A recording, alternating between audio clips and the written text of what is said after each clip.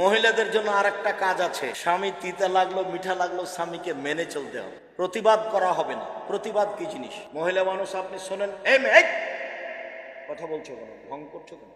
শোনেন, আপনি মহিলা মানুষ, কোনো সময় প্রতিবাদ করবেন না আর অভিমান করবেন না, সংসার সুন্দর হবে। প্রতিবাদ করলে আর অভিমান করলে শয়তান আপনাকে পাগল বানাবে। অভিমান কি জিনিস? তোমাকে একটা ভালো শাড়ি নিতে বলেছিলাম কতদিন আগে, তুমি করলে না, তুমি আমার কথা মানো না। তোমাকে আমি এই জিনিসটা আনতে বলেছিলাম, তুমি কোনোদিন আনলে না। তখন খালি শয়তান ওই মহিলাটাকে বলবে, দেখ না তোর স্বামী কোনোদিন কোনো কথা মানে না। আবার বলবে, দেখ না তোর স্বামী একদিনও মানেনি। অভিমান করলে কে সুযোগ পায়? শয়তান সুযোগ পায়, অভিমানী নাই। আমি সাধারণ ঘরের মেয়ে, আপনার বাসায় এসেছি, যেভাবে রাখবেন সেভাবেই থাকবো। কাপড় মোটা হলেও কোনো আপত্তি নাই, চিকন হলেও কোনো আপত্তি নেই। পান্তা ভাত হোক আর গরম ভাত হোক, আমার পক্ষ থেকে কোনো প্রকার আপত্তি অভিমান নেই। তখন শয়তান কি করবে? তাহলে গেলাম প্রতিবাদ।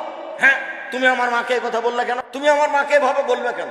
তখন শয়তান বলবে, তোর মাকে আরেকদিন গালি দিয়েছিল, তোর মনে নাই? তোর মাকে আরেকদিন গালি দিয়েছে, কতদিন তোকে বললো, তোর মা তো আমার জন্য কিছু রান্না করলো না। এগুলো কে বলাচ্ছে? শয়তান বলাচ্ছে। যার জন্য মহিলাদের অভিমানও থাকা হবে না, প্রতিবাদও থাকা হবে না। বুঝা যায় না কথা না? অভিমানও থাকা হবে না, প্রতিবাদও থাকা হবে না, তাহলে সংসার সুন্দর হবে।